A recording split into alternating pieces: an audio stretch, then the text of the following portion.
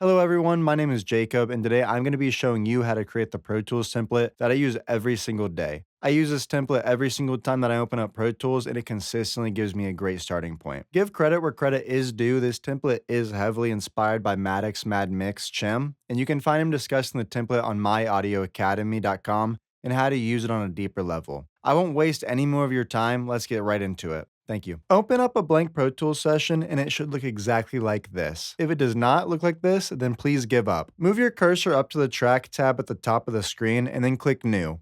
A window called New Tracks will pop up where you can A. Create a new track, B. Finally go home, C. Please help, I am trapped, D. I miss my family, please let them know that I am okay. I am being held at gunpoint with no food or water. If you answered A, create a new track, then you are correct. On screen now are all of the tracks that will be used in this template. Make sure to copy this exactly as you see on screen now, or else unimaginable things will happen to everything you know and love, and you will go crazy because you will have to redo it all over again. Here are screenshots of all of the tracks, but bigger and easier to read, so feel free to pause the video here and copy along. Once again, make sure to take your time when doing this. It is so easy to mess up when making new tracks. Now that all of the tracks are created, it should look something like this. You may need to move them around to your liking, but now we are ready to move on to the next step, color coding. Color coding makes it really easy to navigate your Pro Tools session, and I highly recommend that you do it. It's completely up to you how you choose to color code your session, so have fun, go crazy, go stupid. This is how I have all of my tracks color coded. I have tracks that relate to one another the same and or a similar color, and then all of my submixes, the final mix, and the master channel are red. The record track is also red because that just makes sense, and I know that I said that there is no wrong way to color code, but if you make the record track any color other than red, then you are very wrong, and you should probably go to jail and never work on Pro Tools ever again. That's my opinion. Okay, okay, Jacob. Next, it is time to route the tracks together, so please follow along to these highly professional made graphics that I made inside of a large aquarium that I am part owner of as of June 12th, 2017, due to a lawsuit that was found on my candle factory that I have owned since I was 8 years old. Because I owned the factory since I was 6 years old, I automatically won the lawsuit and was awarded part ownership in a large aquarium. I just thought you should know that. Thank you. To route the drums, I have the 808, kick, clap, snare, and the open hat going into the drum bus. That drum bus is then going into the all drum bus. The all drum bus then goes into the drum sub mix, into the final mix, and then into the master. The hi-hat is routed into the hi-hat bus, and the hi-hat bus is routed into the all drum bus, where it eventually leads to the master channel. The hi-hat is then separated from the other drums, so that way they can be processed differently and not the same as the rest of the drums. The Adlib tracks are routed into their respective Adlib bus, and then the Adlib bus is then routed into the Adlib submix, which then goes into the final mix, where it ends up at the master channel. Pretty simple, all in all. I know it's a bit repetitive, but you are strong, you are mighty. You are powerful.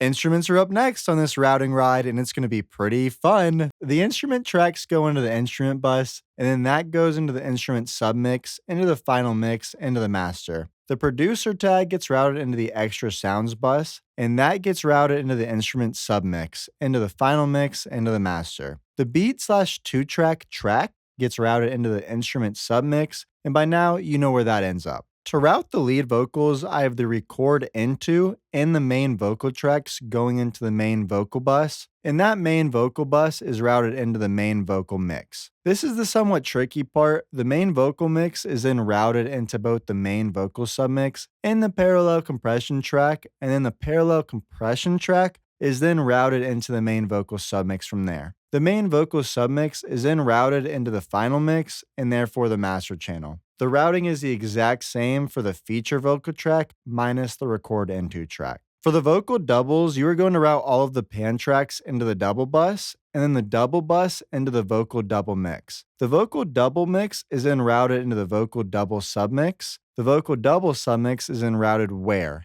A, the final mix. B, please, please help. C, this is a cry out for help. Or D, I told them everything that I know, and I now fear that time is running out. My end is near, as I am no longer useful to them. Please help me. If you answered A, final mix, then you are correct. The final mix is then routed into the master. Therefore, Bob is your uncle. I have an uncle, Bob B. Yes. For the effects, you're going to route the reverbs and delays into the vocal effects bus, into the vocal effects submix, into the final mix, into the master. Easy peasy, lemon squeezy. I know that was a bit confusing, but thank you so much. And now you're good to add some plugins. I went ahead and created these quick graphics for easy to see examples of what plugins are on what track. So feel free to pause here and copy along or just keep watching. Back to Pro Tools I go. What's up, everybody? I am currently recording through this vocal chain just so you can kind of hear what it sounds like and also just so I can line up the audio right. But essentially, this is all the plugins and everything like that. So I have Final Mix, TDR Kotelnikov, which is a compressor. I have Ozone 9. I can do some like side chaining and some multi-band processing and some EQing. I have another Pro Q4. If I do want to just EQ with that instead, I have a Pro L2 and then another Pro L2. I have NLS channels on here, one set on spike, one set on mic. Basically, these just emulate like a console that they're just getting sent through. And then on my master, I have tonal balance and LM meter. These are just analyzing plugins. On my Beat 2 track, I have auto key. This lets me find the key to the auto tune really quickly. A track spacer. This is sidechained to my vocals. So if I have a beat on this and I'm talking or there's a vocal recording, it'll duck some of that beat essentially as you're talking or recording automatically. So that way, because when you get tracks or 2 tracks or beats, it's very loud and you're fighting as limiting and all that. So this just helps to find space for the vocal really quickly. So I have a CLA 76, this is just compressor. And typically what I'll do is I'll turn this up and down depending on how much parallel compression I want. On this level right here, I'll just leave it at 0 for the time being. L1 limiter, just so it doesn't go over a certain dB range. For my main vocal bus, our de-esser, I switched this out and you can switch it out with really whatever de-esser plugin you want to. Pro Q4, like quick little vocal EQ. CLA 2A, this is some compression. C4 multiband, this is like my starting to go settings for multiband compression. It works super quickly and I can always adjust it on the fly later on. Air EQ, I like this EQ. It's different than the Pro Q. It's just different. So I'll use that. Saturn 2, this is for distortion. So if I turn this up, you can hear the distortion. If I turn it down, and there's a bunch of different settings. I'm gonna just put it at 0 since I'm talking. On these main vocal buses and on the Adlibs and the feature vocal bus and the double bus, I have reverb and delay sends. It's really easy to make these. All you have to do is go to track and then find whatever you want. So if I want to send to reverb 1, cool. And then I'll just get rid of that real quick. So I already have everything. And you just do that for each one of these here. But let's say I want some more reverb. I can go, and if you go to the moon, do you ever, I mean ever, like ever, come back down? So that's just simple. If I want some delay, hello.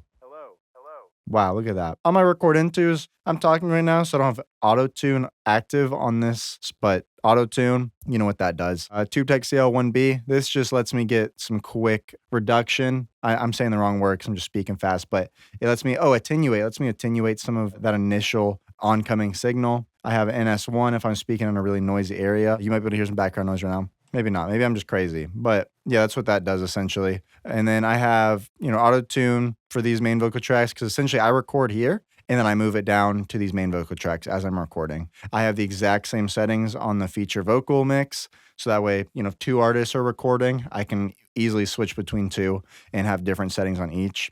But remember, you can always switch out these plugins for other plugins. This is just what I'm currently using regarding this template. For the main Adlib bus, I have a de-esser, Pro Q4 again, CLA 2A, same effects. Really main difference is auto pan. Sometimes, or most of the time, I like having my vocals or my ad-libs panned just to give some more separation instead of going straight down the middle.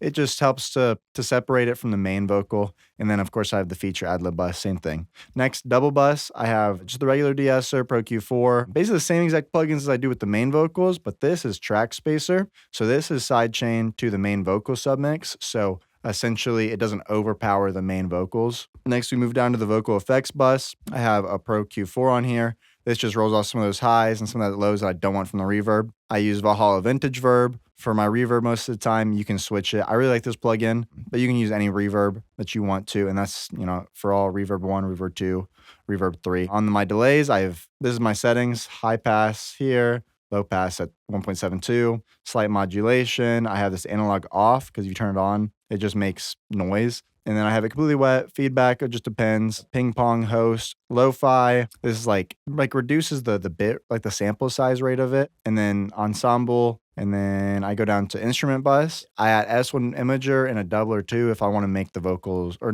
sorry, not the vocals, but the instrument wider. And I don't really have any other plugins on anything other than the drum bus. I have 2 Shadow Hill mastering compressors, a BS console SSL 4000. This just emulates like a console. VMR, I'll change this around. I'll usually add some other type of, like, let me get to the screen. So like there's a bunch of different things you can add on this. So just mess with that depending on what I'm working with. Lo-fi again. SSL comp, I don't always use this. Sometimes I do. When I do use it, I'm just looking for very slight dB reduction. And then VMR, I just have another one, virtual mix rack. It's just for a distressor, just to get some reduction on the 8. But other than that, I'm keeping all the plugins off. And it works for me. It has been working for me. I enjoy it. It makes it easy. If just like a good start, it's a nice, quick starting ground for basically all of my needs. And I can always add more plugins as I go, And if I ever want to, it just gives me a lot of opportunities. So that's essentially it. I really hope that you're going to get a lot of value out of this plugin or this template. I really hope that you enjoyed this video. Please like and subscribe. It really, really, benefits me and shows me that you guys like what I'm doing. When this video comes out, they'll almost be at 1,000 subscribers, or I'll be there, which is absolutely crazy to me. Like, I did not think that I would get to 1,000 subscribers ever. So it's just up from here. And I appreciate you guys genuinely so much. And just let me know what you want to see more in the future. Have a great rest of your day, night, whatever time it is. And I will catch y'all later. Peace.